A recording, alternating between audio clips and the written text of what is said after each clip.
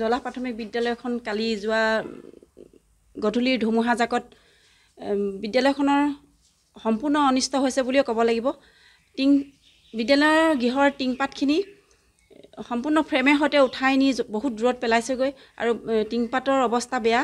আৰু লগতে আমাৰ কাৰেণ্টৰ ব্যৱস্থাটো মানে সম্পূৰ্ণ বিকল হৈ গ'ল।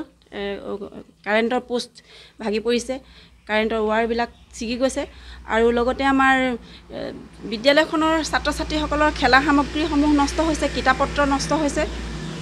গতিকে কালিলৈ পৰা আমাৰ বিদ্যালয়ৰ পাঠদান কেনেদৰে কৰিম সেইটোক লৈ আমাৰ চিন্তা কৰিব লগা বিষয় হৈ পৰিছে। গতিকে এতিয়ালৈকে আমাৰ গাঁৱৰ মুৰব্বী আহিছিলে আৰু গাঁৱৰ ৰাইজসকলে আমাৰ বিদ্যালয়খনৰ টিনপাতসমূহ আৰু য'ত ত'ত সিঁচৰিত হৈ থকা বস্তুসমূহ চিজিল কৰিলেহি।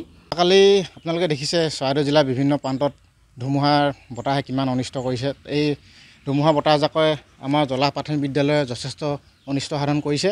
কিন্তু ইতিমধ্যে আপোনালোকে দেখিছে ভিজুৱেলত যে টিংপাতসমূহ উৰুৱাই লৈ গৈছে, বাঢ়নি ঘৰ অনিষ্ট কৰিছে, পাঠদানত ব্যাহত হৈছে। গতিকে আমি বিভাগীয় কৰ্তৃপক্ষক এটা কথা জনাব বিচাৰিছোঁ যে অনতি বিলম্বে তেখেতলোকে আহি বিভাগীয় কৰ্তৃপক্ষক তদন্ত কৰি এই বিদ্যালয়খন পাঠদানৰ ক্ষেত্ৰত যাতে সুবিধা কৰি দিয়ে। আৰু আমাৰ দাঁতিকাষৰীয়া অঞ্চলবিলাকতো যথেষ্ট ধুমুহাই ক্ষতি কৰিছে। গতিকে আমি বিভাগৰ তদন্ত কৰি বিভাগীয় বিষয়বিলাকক আমি উচিত গাঁৱৰ ৰাইজক অনুদান আগবঢ়াবৰ কাৰণে মই অনুৰোধ জনাইছোঁ। কিমানমান মানুহৰ অনিষ্ট সাধন হৈছে? লুখুৰাখন ফালে যথেষ্ট ক্ষতিসাধন হৈছে। বেঙেনাবাৰী, জলা, নজবকা, পেহী পুখুৰীৰ ফালেও আমি যথেষ্ট ক্ষতিসাধন হোৱা দেখিছোঁ আৰু মানুহক হেঁচা মাৰি ধৰা গোটেই খবৰ আমি শুনিবলৈ পাইছোঁ। গতিকে বিভাগীয় আহি তেখেতলোকক অনতি বিলম্বে আহি এককালীন কিবা এটা হ'লেও চৰকাৰী এটা সাহাৰ্য দিবৰ কাৰণে আমি অনুৰোধ জনাইছোঁ।